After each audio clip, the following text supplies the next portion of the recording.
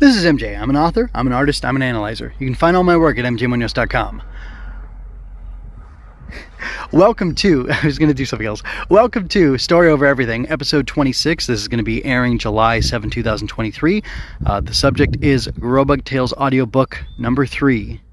I will warn you that the audiobook that you're about to hear from me is subject to change, and that's because I do not necessarily have the story finalized. It's probably 90% close, but if I find any more errors in proofreading or anything like that, I will correct those. And if anything changes in the process of me finishing my Grobug Tales book, short book, novel, I don't know what to call it, chapter book is a good catch-all term, then I will make adjustments as needed. So this week has been kind of crazy for me, by the way. I feel slightly guilty about making this episode the way I'm making it, but then again, this is supposed to be the chronicles of an author, artist, and analyzer, and that's what I'm doing. I'm chronicling all these things. So I've been, for the most part, for the last 2 weeks, I believe, drawing 6 to 7 days a week and writing 6 to 7 days a week. There was 1 week where I totally missed out on writing and drawing, or one day where I totally missed out on writing and drawing, but I'm trying to build the habit for myself. And I've talked about this in previous episodes, that I need to cultivate this discipline within myself so that I'm becoming, more of who I want to be. I'm becoming the creative force that I want to be. And this is the week of the 4th of July. I don't exactly know what happened or how I ran out of time, but I did run out of time to prep everything for Story Over Everything like I wanted to. I did, however, take the time earlier this week to record Rex and the Titanic Tantrum, and I published that on mjmunoz.com, and I thought, you know what, I'm actually going to package that into an episode here on Story Over Everything as part of my marketing and part of my plan for making myself as widely known as possible, and as, I guess, in whatever market I want to be for the subgenres of stuff that I'm writing. I want to publish. I'm reading what I want to write, and I'm also publishing, podcast review type stuff in the fields that I want to be working in as well. So I'm talking about, I want to do a world of superheroes, and that's kind of inspired by tokusatsu, because that's a thing I'm into from Japan. And I also have been inspired by a lot of anime, because I think anime has, a lot of the anime that I've seen has excellent writing in it, which is based in the manga, which is the comic books, right, from Japan. So a lot of my influences are there, so I'm reading that stuff, and that's informing my writing, and I figure I may as well put myself in those marketplaces, offering commentary and discussion of those things as well, to stay relevant in that field. So I'm working in the genre, I'm reading the genre, I'm writing the genre. That's everything I'm doing. And Grobug Tales falls in a weird place with that. It's kid lit. These are children's picture books, but the Grobug Tales chapter book tells a bigger, more mature story, more encompassing, even though it's also about kids, but they're, Grobug kids, which is strange. But it's still, it's Harry Potter. It's, I was going to say young X-Men, but I don't think it's a thing. I can't think of any other examples right now, but it's a group of young people learning to become, the people that they look up. It's the Jedi Padawan books. It's that kind of thing, where it's, kids in school basically, except they happen to be Grobugs in this, or the magical bugs in this instance, who are learning lessons and facing crises and learning things and growing into who they could be, who they need to be. So it's, that's what I'm writing, but they're bugs. They transform in weird ways in the picture books with, that feature them teaming up with kids basically. And in their own book, they have these magical powers with light that can do different things. And anyway, so yeah, like I said, I'm putting myself in all these different areas, and part of that scheme is I need to make sure that the back end stuff for the podcast, like, I'm as wide as possible, or as widely distributed as possible, I should say. I also want to publish wide, but that's different as far as books are concerned. So as part of my process, I need to do all this back end work, and it's kind of like there's a phrase, buy once, cry once, and I think the unsaid corollary or finishing or third element to that is, and never cry again. You don't have to go through this again. You buy once, you cry once, and then you're done. So I need to put in the effort. I need to try once and cry once, as far as doing all the back end stuff on my podcast to get them as widely distributed as possible. So that being said, So that being said, I also want to make sure that my Grobug Tales children's picture books are available. I do not possess the current art skill, or rather, I wouldn't hire myself to do the art for this book. That's true.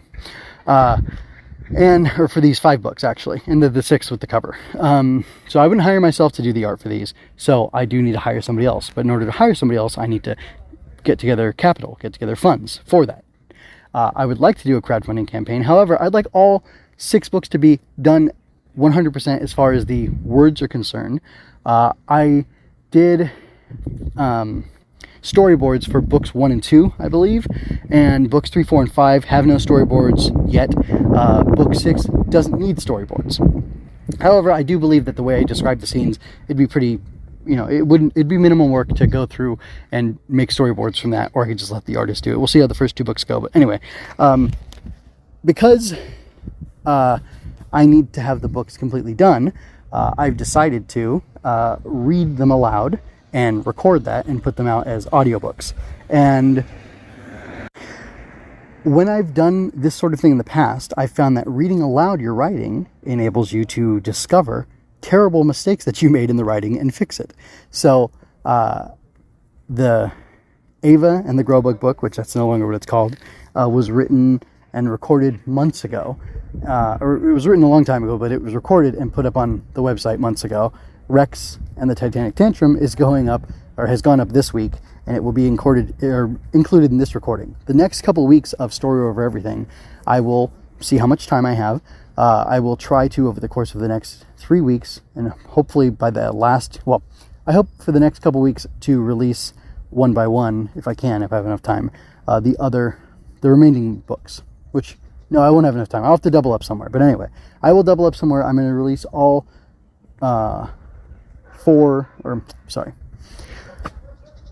the time July's over, I will have published and released to the website all of the Grobug books. In fact, I'm going to call an audible right now.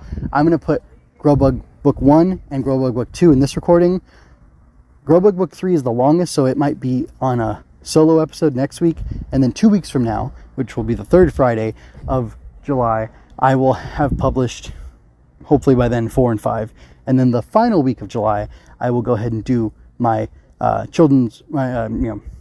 will do my Skimming Leaves casual book chat about George MacDonald's The Princess and Curdie, which is, I believe, what it's called. The first book in his duology there is called The Princess and the Goblin. The second book is called The Princess and Curdie, and the first book is excellent. My daughter has read them both. She says they're amazing, and that the second one is so much better than the first. So here's hoping that I enjoy it and you enjoy it as much as she did, or more, and that it's that much better than The Princess and the Goblin. But anyway, so yeah, that's the plan. And after that long preamble, I'm letting you know that just to recap, I'm letting you that I've, how much I've been working on writing, and I'm almost done with chapter 8 of Grobug Tales, which is the chapter book telling a larger story of the Grobugs. It includes cameos, basically, of the 5 heroic Grobug guardians from the Grobug Tales books, that the Grobug picture books, and then it has its own cast of characters as well, who are exclusive to this chapter book and who have a bigger story. The more I'm doing, the better I'm liking what's going on, and the more I'm liking this pair of protagonists that I have sharing this Grobug Tales chapter book story. And as soon as I'm done, I'm almost done with chapter 8, but in the last stages of chapter 8, I'm setting up kind of the rest of the book, and I'm really solidifying that this Cricket and Moth Grobug, who are the stars of it, basically. I'm really setting them up and presenting them and putting them in a position of prominence. And then the following chapters, there's going to be basically a war, an invasion by these things that want to kill the Grobugs, and it's a fight for survival, and it's going to be really exciting stuff. So, I don't know. Somewhere between a quarter and a third of the book, I guess. If there's only 12 chapters and there's 5. So, okay, almost half of the book is it's retelling the story of the Grobug picture books from the perspective of the Grobugs that are featured in each one of those books.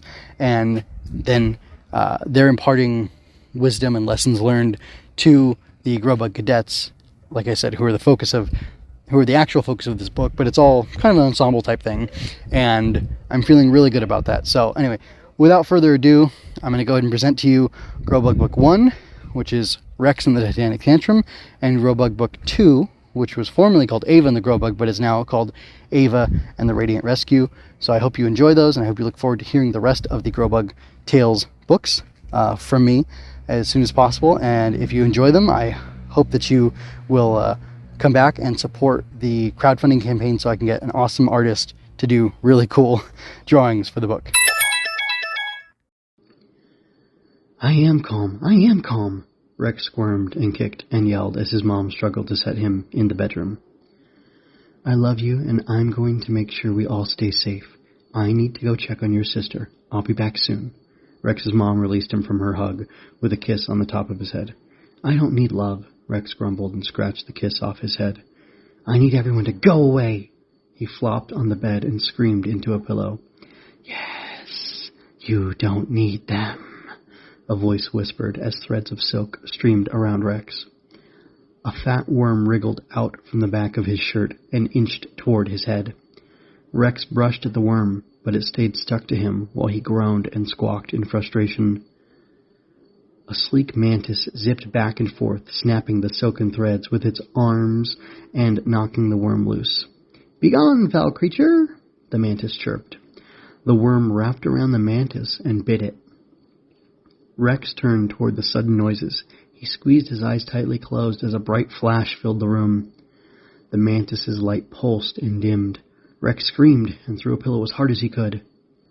Moments later, the weird bugs were in the trash, and Rex was hiding under the covers, creeped out by the strange happening.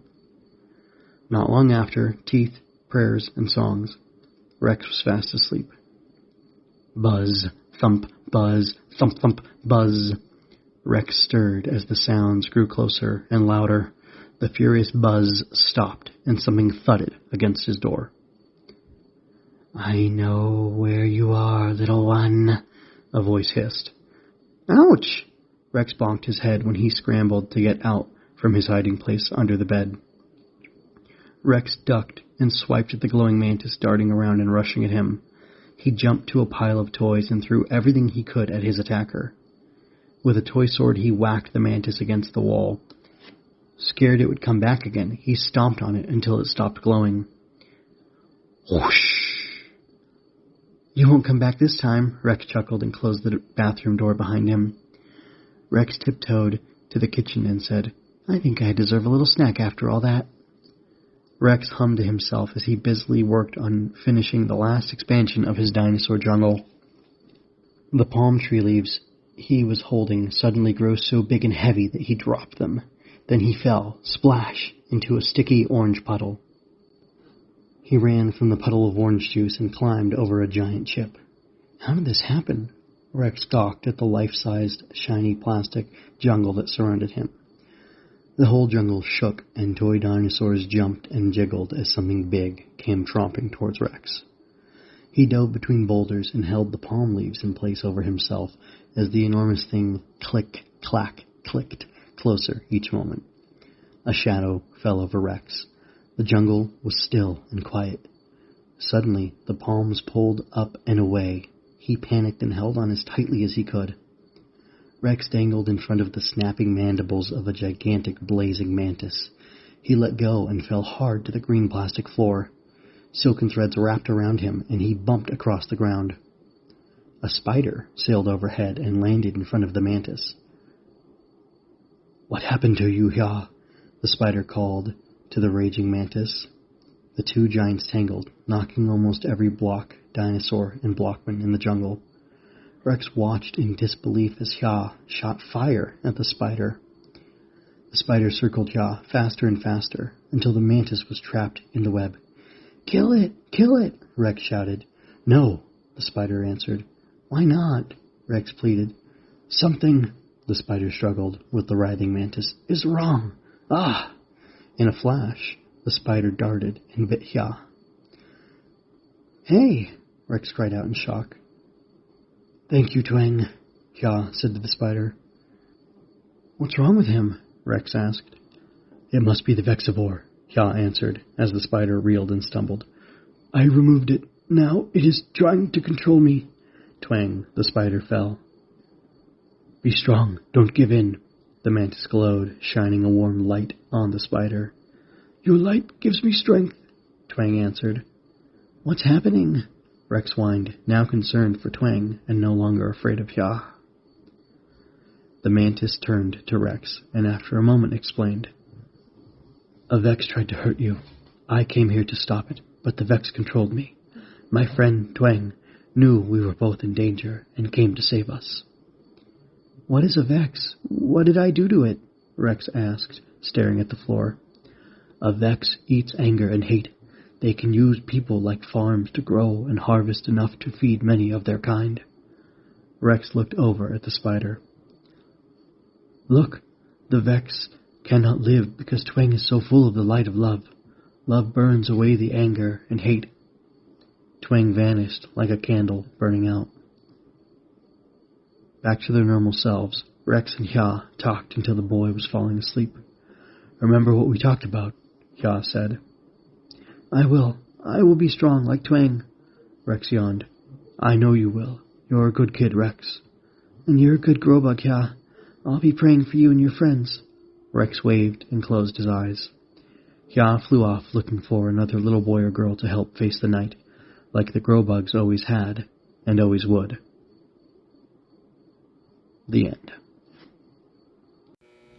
Much to learn I still have. So in the process of making this episode, I realized that I do not have an audio-only backup of Ava and the Grobug. I can access it through my podcast distributor, but it doesn't seem like I can download it from them. So I'm going to need to make sure I keep backups for all of this, for all these recordings that I'm making, because I can't always rely on them. And I even looked on the YouTube channel, and apparently I did not put Ava and the Grobug on YouTube. I only have it here on the audio podcast format, and that does not help me at all because now I cannot access it. I think I'll have to do a re-recording of Ava and the Radiant Rescue.